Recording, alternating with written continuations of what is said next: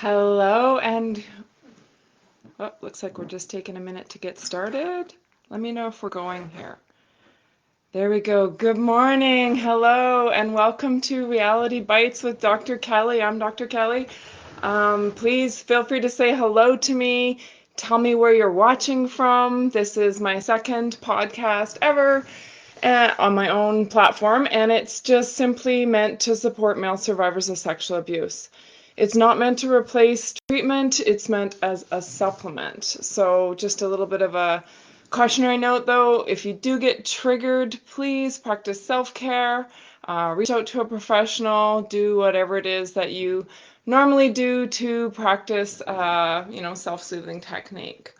I will not be discussing any graphic content today. I will try to warn you if I ever do, and in some of my podcasts I likely will. But today I'm not planning to discuss any graphic content. Again, this podcast is just simply meant to support male survivors and their partners. People who love men that are struggling or have children that are struggling, boys that are struggling. You might be trying to figure out what's going on. This is just meant to possibly shed light on something that could be going on. It's also meant to help fellow professionals discern. Sometimes they have clients that they can't connect with, they can't figure out what's going on. So this is just meant to help them, again, maybe shed light on something that could be a struggle for some of their clients. Perhaps you're a parent or a family member and you know someone that was abused and you just don't know what's going on for them or what kind of struggles they may be facing or how this happened or how to have them get the help they need. Again, this podcast is just meant to support people in and around the area of male sexual abuse. You could be an aunt or an uncle or something like that, and your nephew's struggling with substance abuse or something, and you suspect something went on. This podcast might just give you the right ideas to be able to reach them. So if you find what I have to say helpful, please like this podcast, please share on your own platforms. A lot of people don't know how to discuss male sexual abuse, so all I say is you gotta share it out and I'll talk about it. So, this can make a big difference because we don't hear a lot of people talking about male sexual abuse. And this is not because it doesn't exist, it's just because men don't typically talk about things that they don't hear other boys and men talking about. So even among very healthy and very functioning men, this could be an issue for them. A lot of them, become workaholics, for example, and just try to forget their own past abuse experiences. They stay silent for reasons like they don't want to be judged. One of my participants that I interviewed for my doctoral research said, you can't unring that bell. Once you tell somebody, it's out there. And men don't want to be pitied, is my experience. It's telling me to check my internet connection. Hopefully I'm just going to keep going. Always a glitch. Men sometimes stay silent because if their offender, for example, was a fellow male, they don't want to be thought of as homosexual. So, a lot of times men stay silent because sometimes they don't even recognize they were abused. For some boys, remember I mentioned last week that the male sexual abuse, 40% of male sexual abuse often begins before the boy is 4 years old. So when that is the situation, it becomes their norm. This is, often happening in a situation where it's somebody that has unguarded access to that child. So they just see it as their norm. One of my clients said, if I had another mom, I might have known that this was abuse. I had another client, he was a male survivor abused by his father for 10 years. He discovered that his what was going on at home was actually abuse because oh great, I see people watching. Thank you. I know it's working. I'm still working out the knots. You guys are great. yeah, he figured out that he'd been abused because he read a newspaper. It was an article about a police officer that had been charged with sodomy, and he realized that's what had happened to him. And so, yeah, that he was in his 40s, he was married, him and his wife were reading this newspaper article, and he just had this massive revelation. So it's not uncommon for a male whose abuse began very, very young that they only come to understand that it was abuse later in life. So one of my participants said he knew something was wrong. He didn't like it, but he didn't like vegetables either. So that just kind of gives us a heart to understand what it's like to be a child trying to navigate something like this. Yeah, it's very common that children don't have the language to explain. Again, they might know that something's not right, but they haven't learned the language to be able to tell somebody that could help. I had a client a few years back who said that they had been shipped off to daycare, and the daycare provider was using her son to help with the children in daycare, and that him and his friends were abusing this person in daycare. And they came home and told their parents that they didn't like the games that they played at daycare, but they didn't know how to speak about the actual abuse until much, much later in life when the damage was already done. There had been multiple offenses. So it's not uncommon for abuse victims, male abuse victims, to realize that they were abused until later in life. For example, in their teen years, when they hear their peers talking about sexual matters. That was the case for one of the participants in my research. He said he heard his buddies talking about losing their virginity, and he kind of put two and two together and realized that this is what had happened with his sister. He had lost his virginity to his older sister because his father had forced him to. His father would watch and then eventually participate. And that's as graphic as I'm going to get today. It is mature subject matter, but I'm not going to get more detailed than that. Sorry. Okay, so again, some do recognize that they have been abused. Some don't recognize it's sexual until later in life. Others do recognize that they've been sexually abused, but they think, well, it was only one incident. Maybe it didn't affect me that much, and they don't realize how much it's impacting them until, for example, they go to therapy later in life after a divorce. And then they do come to realize that this is the reason behind their anger issues. This is the reason behind their avoidance of intimacy. This is the reason behind their cheating, their promiscuity. So, when we think about even that population, how many spouses get divorced because they never connected with their partners or their partner cheated on them, it just kind of sheds light on how this, again, is such a hidden epidemic. And for whatever reason, if that, partner didn't feel safe to tell his wife, then we gotta make it different. We gotta be aware that this is going on, and just kind of keep these kind of things in the back of our mind and make it safe for boys and men to come forward and get the help they need. Yeah, a lot of men go into therapy, for example, and discover just the significant impact that their abuse has had on them. I often have men come to me saying, I'm just so angry. And then, right on my intro, I give my clients a form to fill out, and it says, were you ever sexually abused? So I just, I'm totally open with that question with my clients. It gives them permission. They need to know that I expect to talk about this, that I'm comfortable talking about this. And so if you're a therapist or a pastor watching, just we gotta consider that this could be a reason that you're struggling to get through to your clients, and just, have it on the table, make it safe for boys and men to be able to talk about this kind of stuff. So last week I did share about how as a police officer, we as the professionals, we as the experts, we were missing this. Other professionals are, seeing symptoms just like we were seeing symptoms, but still missing this. It isn't uncommon that when a male survivor is young, in their infant or youth, that they will develop odd behaviors. They might act out. They might be the angry kid in school, the class clown. They might become the bully, or they might isolate. And teachers do see this, but they're not typically recognizing it as an issue of sexual abuse. They might just say, he's being a boy, or they chalk it up as, just, the bad kid or an odd kid or something like that. They might misdiagnose them as learning disabled, or just think that the kid is purposely being a brat or something like that. But yeah, so teachers are seeing symptoms of boys who've been abused at home, but again, they're misdiagnosing, mislabeling. When you think about, for example, the class clown is often trying to distract from the fact that they don't understand the teaching that's going on. They don't want to be thought of as stupid. They'd rather be thought of as cool and rebellious, or whatever.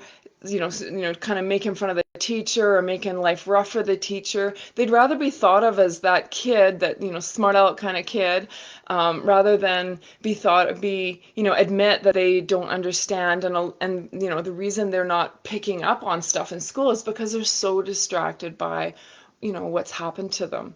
So yeah, they're misdiagnosed, they're missed. Sometimes they'll become the bully, right? They have so much anger and confusion going on for them that they will take out their emotions on other children. And we don't necessarily look at the bully and think, wow, he was probably abused, but we just need to start thinking like this. So when I share from this perspective, it isn't hard to see how we're missing this, right? Last week I shared on the prevalence of 1 in 6, that the research shows that 1 out of every 6 males is sexually abused before the age of 16 or 18, I can't remember. But I personally think that this statistic is much higher, that it's much, much closer to the statistics of women, and we all know that women don't always report too. So I believe, that the statistics in both genders are going to be a lot higher than we could ever suspect if we had a way of knowing that. And we really don't, because a lot of people don't report. But especially with male survivors, it becomes a bit of a self-fulfilling prophecy. Oh no, I forgot to close my door. I got a kitty coming in. I'll just grab her and see if she'll stay in my lap. Sorry. Anyway, but yeah, nobody really suspects. Men are not talking about this because they don't hear other men talking about it. So it becomes a bit of a self-fulfilling prophecy, right? Boys and men, they don't hear other men talking about it, so they don't feel safe to talk about it, so no one thinks it's going on. So you can see how this just stays a bit of a hidden epidemic, right? Sorry, I gotta throw this cat out. I'll be right back.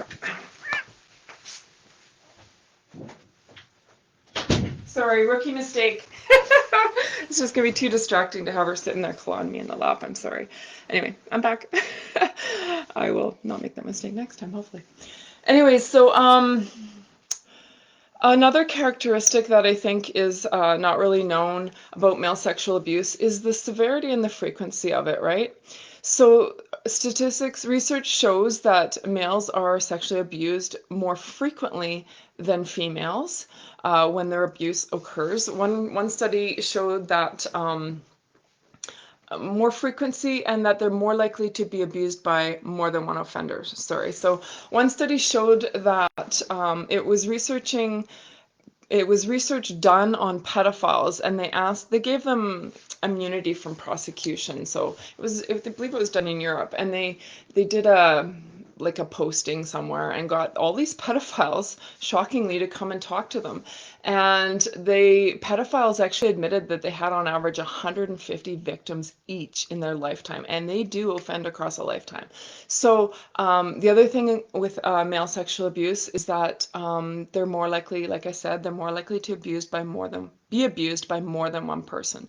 So pedophiles are very organized oftentimes, and they will share. So it's not uncommon for me to hear stories about how they're being abused by one person, and then that person will introduce them to another fellow offender.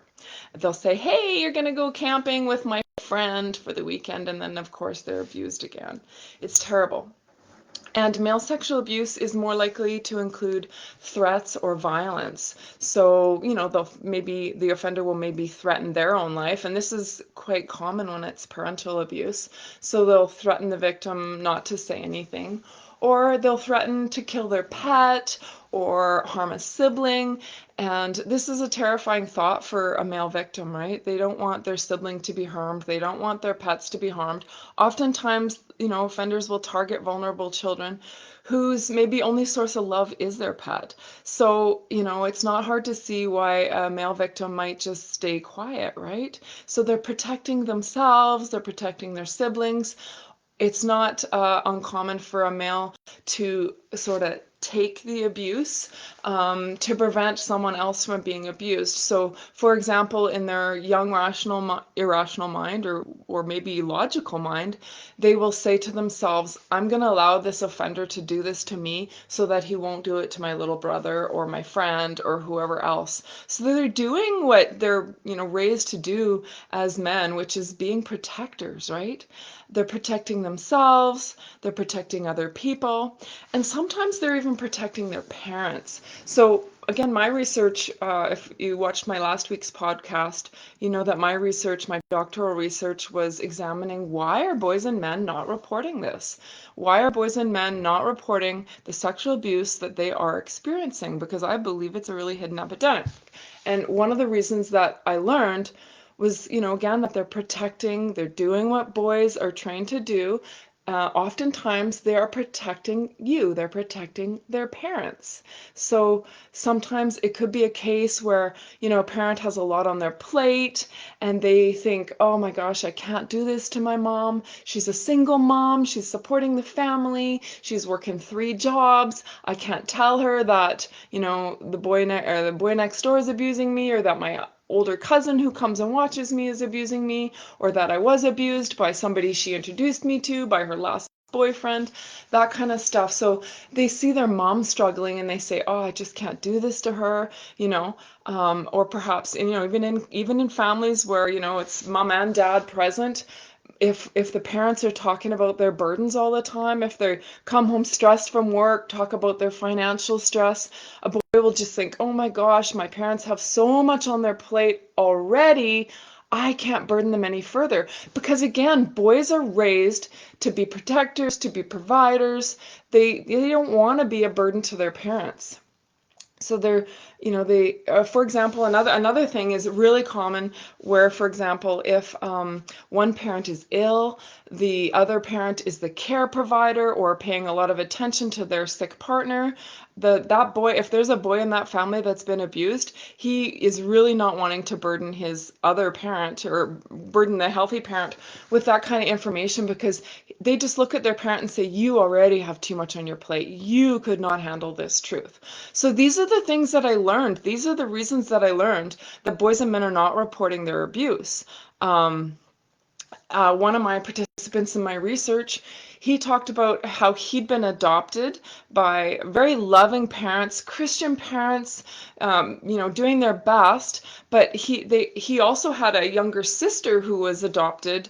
I think she was adopted at age 4, he said, and she had a lot of abandonment issues. So she'd been in a few foster care homes before she ever came to their home, and she just didn't trust the parents. She, had a lot of, I'll talk about this on another podcast, but we would call them abandonment issues, where, she was just really insecure about being away from the parents and stuff like this. Very reasonable, very, very logical, very, real problems going on in this family. But again, this boy, he gets abused by someone in his father's church, and he just thinks, like, it was only once, I can't tell my parents, they got enough on their plate, I just can't burden them with this. So these are just some of the reasons that I learned again, and often, even another way that another reason boys stay silent is protecting their parents' reputation. As I mentioned a second ago, One of my participants was, good morning, Kara. I see Kara's watching. That's so cool. One of the men that I interviewed, sorry, for my research, said that he was abused by someone in his father's church. So he didn't want his father's reputation to be tarnished. He didn't want to have people not come to his father's church because of what had happened to him. He was abused by an elder, and he never told his father. He never told anybody till years later, after it had destroyed his marriage. He was one of the guys that thought, oh, it was only one incident. It couldn't have affected me that bad. But looking back in life, he realized it did. He had an insatiable sex drive. He kept his wife at bay. He was angry all the time. And his wife eventually divorced him because he was so angry. I'll talk more about the participants in my research later on. I want to kind of stay on track here today, but yeah, so he stayed silent because he was protecting his father's reputation. And this is common in a lot of other scenarios too, not just in situations where someone's been abused by someone associated to the church. I've heard of incidents like this where it's also the police that were an abuser, right? So the boy thinks, well, maybe, I have to stay silent because, I can't tell my dad he works with these people or whatever. I can't tell on these people. They won't believe me. That's another reason. Sorry, I meant just your father's a police officer or something like that. You think, well, I don't want to destroy my dad's reputation. Everybody thinks he's such a good guy. Everybody thinks he's such a good cop. I don't want to let people know this happened on my dad's watch, right? That kind of thing. So protecting their parents from information that they think would be too hard for them to handle. Again, if you go back to that scenario where, even if a boy is abused by someone that the parents are friends with, they think, I can't tell because it'll destroy them. It will destroy. I had a police client that was not wanting to disclose their abuse because their offender was best friends with their parents. Right? So it's like, my parents love these people. It's going to destroy them if I say anything. So boys staying silent to protect people, protect themselves, protect their parents from information they think will be just too hard for them to handle.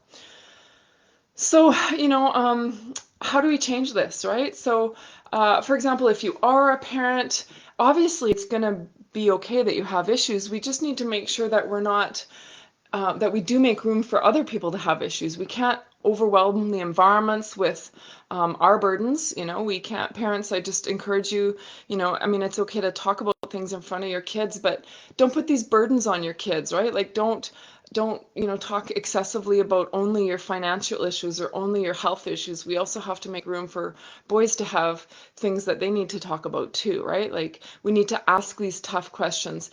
For example, if even if there's lots of times there's situations where they're aware that the daughters have been abused, but they don't ask the boys. So we have to start asking these tough questions, but do it genuinely.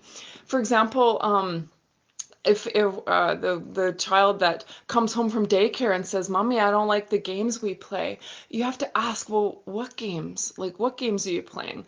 Don't just blow it off and tell your kids to, be nice and just play fair or play nicely with everybody. We have to, kind of slow down and, genuinely ask questions like, how are you? What's going on? That kind of thing. But we have to ask them genuinely and not in a way that kind of seems to imply that if something's wrong, it must be your fault. That's a really common reason that boys stay silent. If parents are, always blaming the child for things, that child is just going to say, they're just going to blame me. I'm not going to say anything. So, try not to ask a question, for example, in a way that would imply that there must be a reason if you're upset, like, and it's probably your fault, or that there shouldn't be a reason why you don't want to go to daycare. So we want to create the space and opportunity for boys to be able to be honest about their abuse, if it is happening. And just, parents, be careful not to send messages that you're too overwhelmed to handle their reality. So yeah, so I'm hoping this was helpful. Again, my goals are just to support men, to support marriages, to support fellow therapists, pastors, anyone who's seeing clients, family members, if you have a nephew or even a grandson who's struggling and you're trying to figure out how to reach them, stay tuned to my podcast. I hope you found this helpful. I just again want to share little reality bites about what it's like for male survivors. My goal is to shed light on this very hidden epidemic. And if you want to help me to do this, please please share, share on your page, continue to tune in. Let's make it safe for boys and men to get the help that they need. And also, I just want to say, if you're watching this and you are a male survivor, you don't have to worry about other people knowing that you're a male survivor just because you watch this or just because you share this. I am asking men to watch this and to share this to make it safe for other boys and men to get the help that they need. So watching this is not an admission that you're a victim. It's simply meaning that you're trying to help me make a difference. And yeah, just to help, like I said, boys and men don't talk about things they don't hear other boys and men talking about. So just, hey, wow, I heard this. This podcast was quite informative. I thought it was helpful, and I had no idea this was such a big deal. I had no, anyway, yeah, so that's my goal, that's my intention. So please tell a friend or mention it to someone who has, for example, shared with you that they know a boy that's struggling. So I want to make a difference. Help me to do that. God bless you all. I will see you next Wednesday at 8. Take care.